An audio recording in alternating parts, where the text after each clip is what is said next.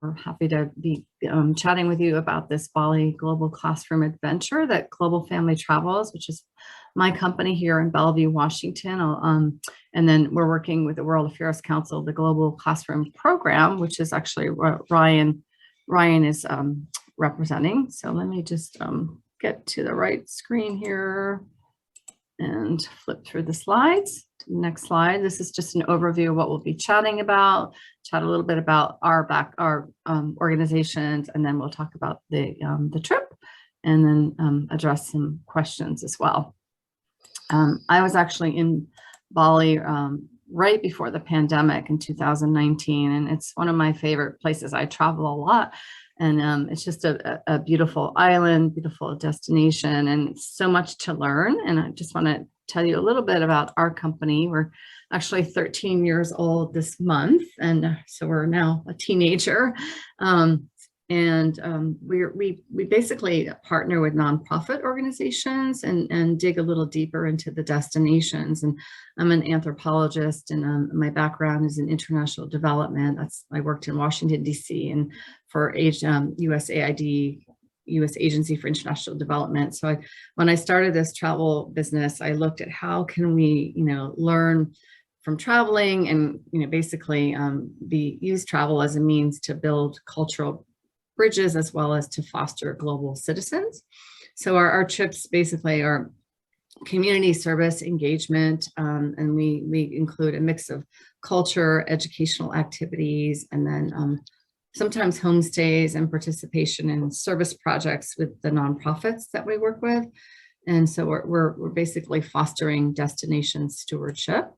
We work with a nonprofit, so we do donor trips for those nonprofits, community-based trips, African safaris, and actually we're doing some really fun trips for some gap year families who want to travel the world with purpose and teach their kids and rent Airbnbs, but also kind of visit some of the local destinations, and then transformational travel as well. One of the things we do at Global Family Travels is we partner with nonprofit organizations that are doing meaningful work, and we do the due diligence around the projects. And actually, this is a photo of myself and two women in Bali in 2019, and we're learning about this social enterprise business. And then the other photo is the Coral Triangle project. So this is what this trip is about is really learning through the lens of some of these nonprofit partners in Bali. And so one of the other things that I'm a student of is regenerative travel. How do we, we take a regenerative approach. So basically, how do we connect to the destination and ensure that the travel experiences benefit the diverse communities and the environment of the destination? So I like to say we nurture nature and communities when we travel. So it really means putting the destination's needs at the heart of the tourism experience, but that also allows our travelers to authentically connect with the folks and to inspire travelers to be stewards of the place that they're visiting. And this trip, we align many of our impactful trips around the United Nations Sustainable Development Goals. The ultimate goal is to alleviate poverty, but there's some of the activities you'll learn in this itinerary are through the lens of some of these global goals, and I'll chat a little bit more about those in a minute. But I wanted to introduce Ryan Hauk, and Ryan, I'm going to turn the mic over to you to speak a little bit about the World Affairs Council and the work that you do at the council and the Global Classroom Program. Sure. So good afternoon, everyone. So I work for the World Affairs Council in Seattle. I direct their Global Classroom Program.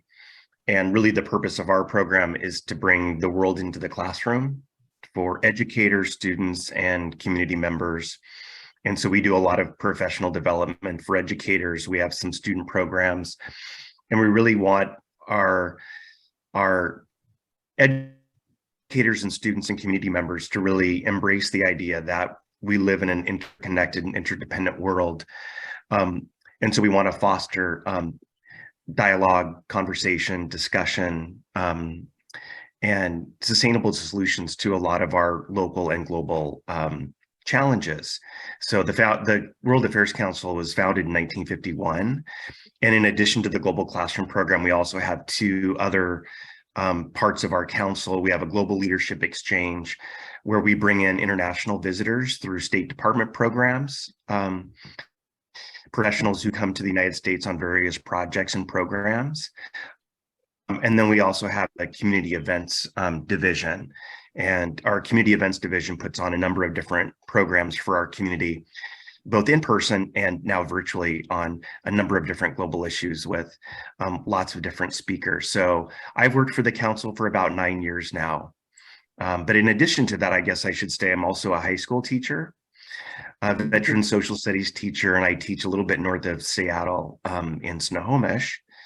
And to become, I think, a lifelong traveler, have had the opportunity to lead student groups to Europe on 8 different occasions, which was a lot of fun, and then have participated in a number of different educator programs, which in some respects are similar to this, and that we really learn through our travels about how to make a significant difference in communities around the world. So fortunately, I've had the opportunity to participate in places like China and Russia, more recently in Jordan.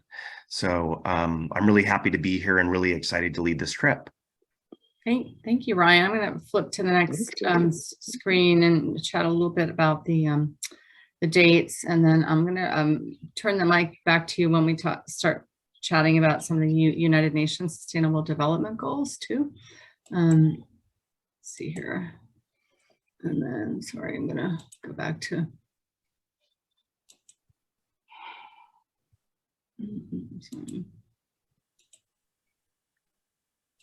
sorry. And spotlight. Sorry. Anyway, I'll just keep it. You can see me, right? We can, yes. Okay, great. So a little bit about the dates of our program. I mean, the April, we've chosen dates that are spring break for Ryan and a number of other schools in the Seattle area.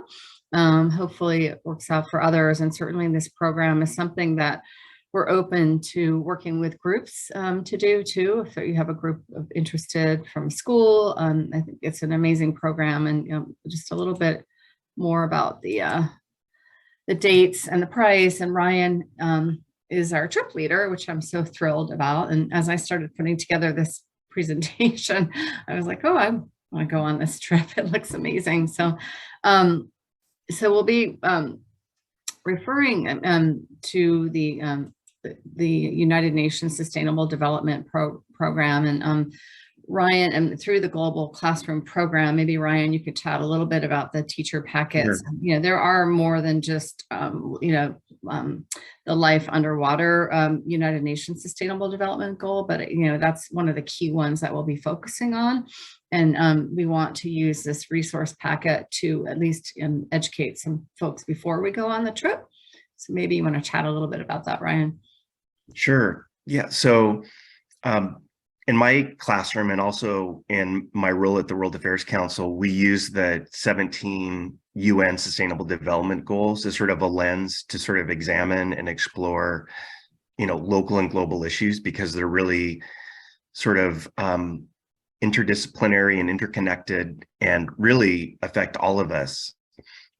One of the goals, for example, is global health. And we've seen, in the last 3 years, the influence of the pandemic. So I think with the UN put together these 17 Sustainable Development Goals to encourage countries and citizens to be actively engaged in addressing particular issues. So I use them in my classroom a lot, and in my work at the council. You can see here that there are 4 goals that we listed that are really connected to the experience that we would have in Bali, and most notably would be sustainable goal number 14, which is life below water. how do we really think about protecting marine life, marine ecosystems? All of those things are influenced by also decisions that we make above the water. But you can see also that we've got a couple of other sustainable development goals listed here too, which are also, important and fit with different components of the trip. Clean water and sanitation, which is goal number 6. Gender equality, which is goal number 5. And then also goal number 4, which is quality education. All of those goals are interconnected in a lot of different ways, and certainly important to our immersion in Bali. One of the things that we do at the council is we have different programs on various topics, and we did a program a few years ago on plastic and also pollution's impact on marine life. And so we create curriculum resource guides that we use with teachers and students, also accessible for anyone in our community who is interested in learning more about these particular topics. So we would use some of this information as a context to really prepare us and give us more knowledge about what's happening specifically around the world, but also in Bali. So I really think this is an important lens, and I know Jennifer uses these as a mechanism to sort of understand these important issues before and during the trips. Yeah, thank you, Ryan. And I'll actually show you some of the activities that we'll be doing related to these global goals. As Ryan mentioned, goal number 4 is quality education. And of course, education is a big challenge in Indonesia. It's due to oftentimes a lack of adequately trained teachers and school-related fees that are prohibited. And there are challenges getting into schools in some rural areas. So on this program, we'll spend some time volunteering at a local school and offering an opportunity for children to practice their English with native speakers, and then perhaps, basically sharing their interest in learning. And then we'll be engaging with some nonprofit organizations that are involved in supporting empowering women. So we'll focus on gender equality and looking at equal access to education and healthcare, and basically how we'll visit 2 inspiring organizations that I'll chat more about later in this presentation.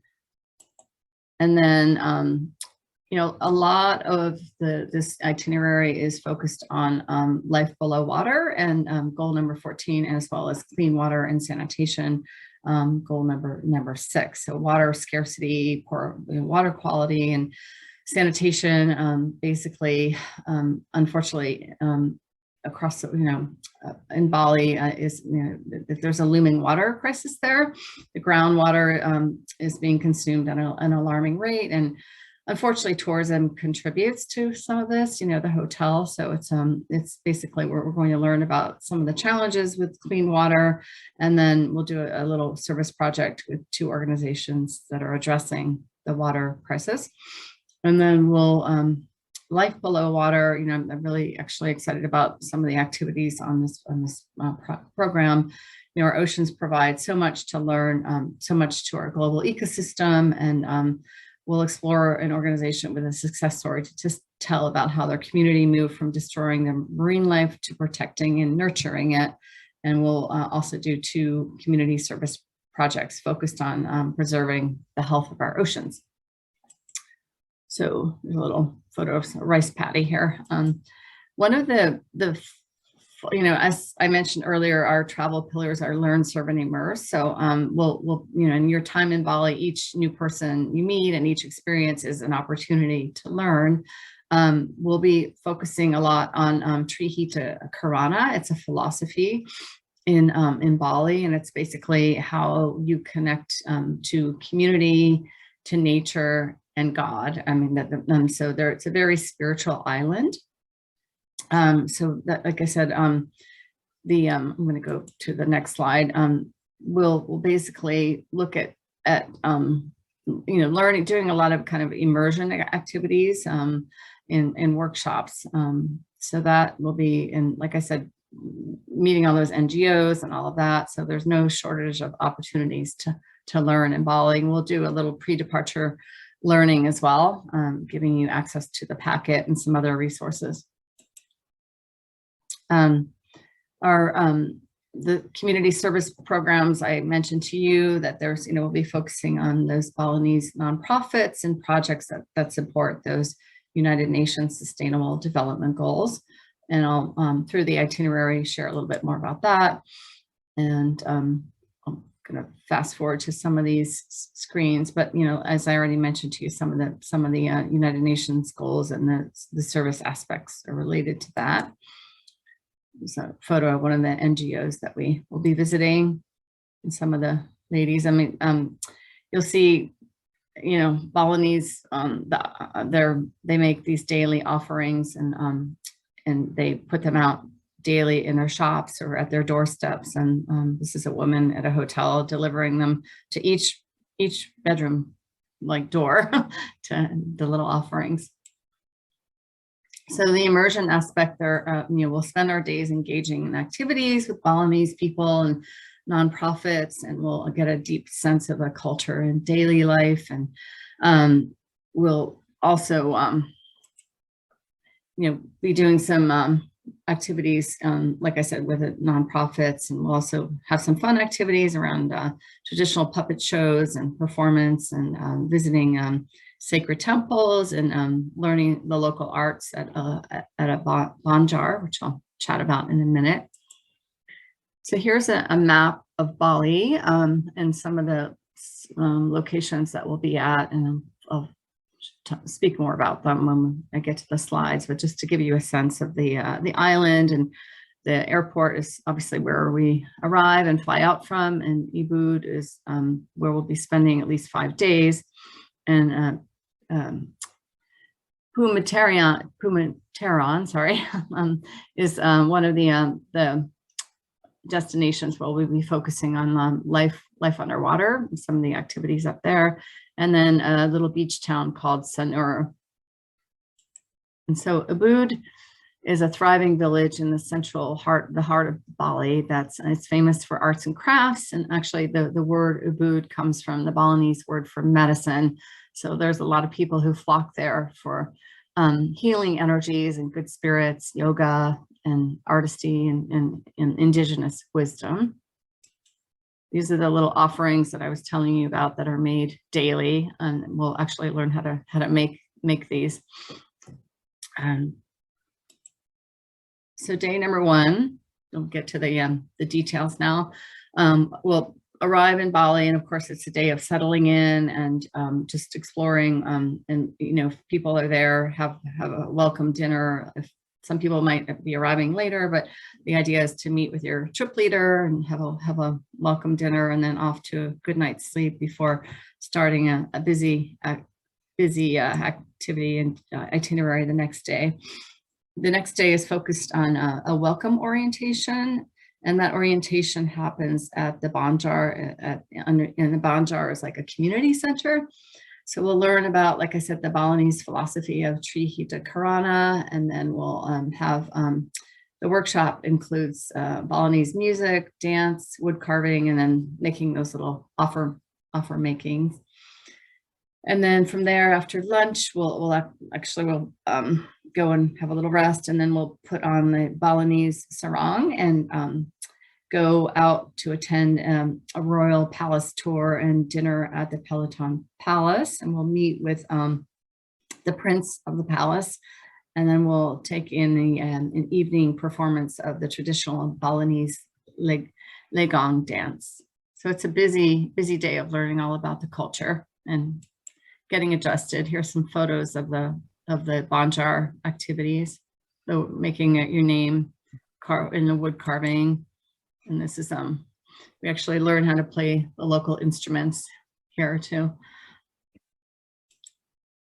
And this is the meeting with the prince. This is our group in 2019, and we're all donned in our local attire. And this is a beautiful performance. Many different performances with masks, and so it's a really beautiful day. Day number 3, we start taking a deeper dive into the United Nations Sustainable Development Goals, and this day is focused on clean water and sanitation. So we'll start with an early morning herbal walk to learn about Bali's native plants and how they're used for traditional medicine. And then we'll learn about the Subak irrigation system and how they share their water, which is actually designated as a UN World Heritage Site. And then we'll have lunch tucked in our rice paddies, and then we'll visit some nonprofit organizations that collaborate, and we'll collaborate with them on a service project related to clean water access.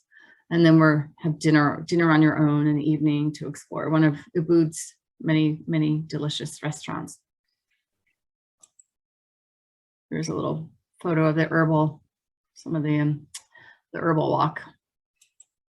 And then some of the herbs and medicines from the different herbs, we'll learn about those. And day number 4 is all about quality education, and we'll be meeting actually with the organizers of Bye Bye Plastics, and we'll actually learn how to create a reusable shopping bag made from an old shirt. Actually, my group did this in 2019. It was actually a really great way to learn how to reuse, old T-shirts and make a shopping bag. And then we'll have lunch, and then we'll go visit another nonprofit, actually, that will basically is a nonprofit that empowers women and teaches them new skills.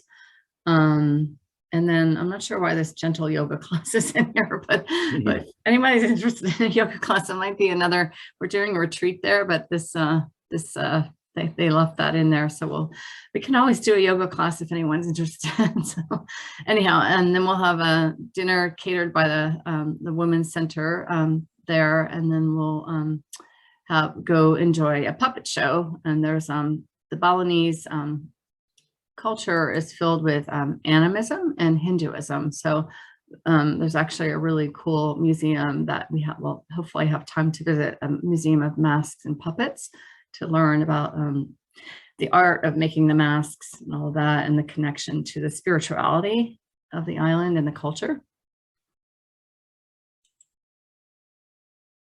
The next 6 days are in a small fishing village, Pumateran, and it's on the northwest coast of Bali, as I showed you at the beginning, and it's between a gorgeous mountain region in the south, and then next to it's actually to the island of Menjagan, and it's considered one of the top dive sites in the world, and it has the largest area of shallow coral reefs in Bali. So we'll be learning about the coral reefs and doing some projects there around life underwater. So our first day, we'll head to that region and do some sightseeing along the way. We'll visit the temple there, Ulan sorry, I can't pronounce all Baratan Temple, which is it's a Bali's famous temple atop of the floating lake Baratan. And then we'll have lunch there, and then from there we'll go take a dip at one of the waterfalls, and then settle into our accommodations there. As we're traveling, we will learn about some of the challenges about life underwater. But the next day, this United Nations Sustainable Development Goal, we're focused on for 3 days.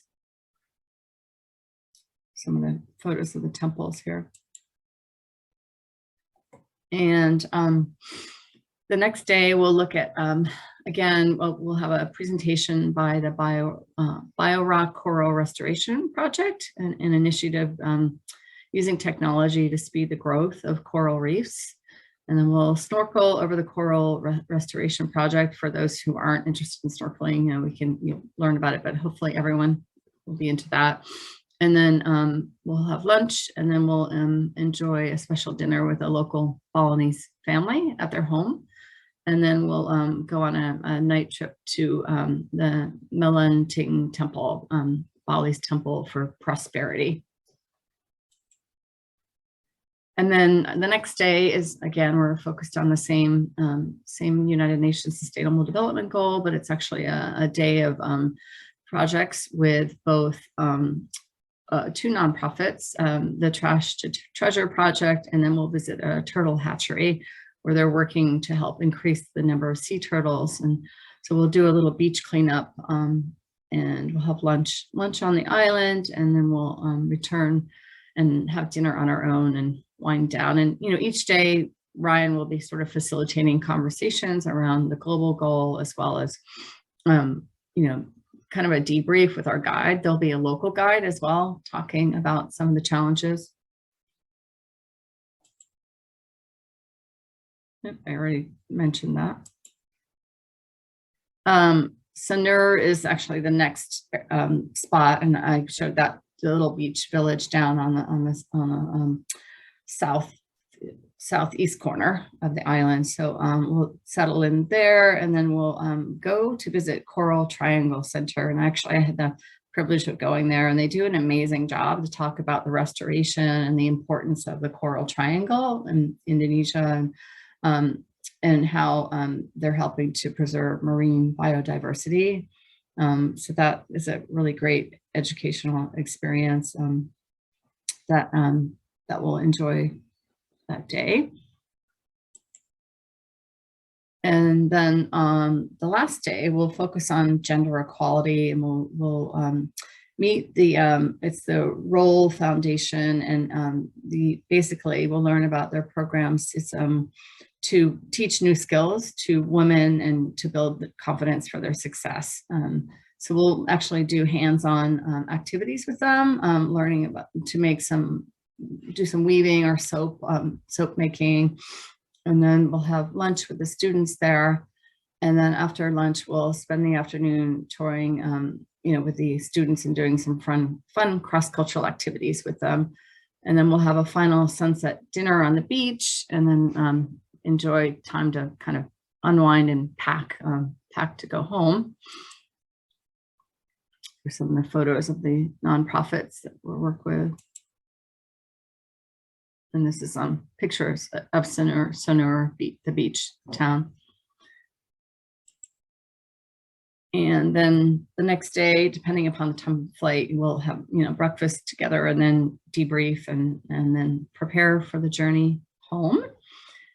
And here's a photo again of the places that we'll be visiting, and it's, you know, not a very big island, so the distances to travel are not very far. It depends upon traffic, really. Like between Ubud and Sanur is like an hour, and it's a couple hours drive over to the northwest corner of the island in Pumateran. And here's a picture of the hotel at Sanur. And then head home. So here are some of the accommodations in Ubud. We'll stay at a resort that's basically overlooking the rice paddies, and it's Omham, and it's right near Ubud, and it serves healthy organic food. And there you can basically get to Ubud and some of the restaurants pretty easily from there. Has a spa for anyone who is interested in spa treatment when you arrive or before you leave. And Pumateran is Tirta Sari bungalows, and then beautiful beachside bungalows, and centrally located. You can explore the village or the beach in a short walk with a stunning mountain backdrop and a pool. So, you know, we'll be busy, but you'll still have time to be able to unwind and enjoy the accommodations. And then lastly, in Sanur, Ina Sindhu, it faces the beach, and you can watch the sunrise and sunset. And that's where we'll be staying in Sanur. And they do have some kite surfing and paddleboard. So if anybody wants to stay longer, we can accommodate that as well. And the price of the trip is $29.50 for a double room share, or there's a single room supplement, so a little bit more for single room, $34.75. And then, oh, these are the inclusions. So includes all breakfast, the lunches, all lunches, and then 6 dinners, and an English speaking guide. And of course, Ryan, this part I didn't list you, but he's our trip leader.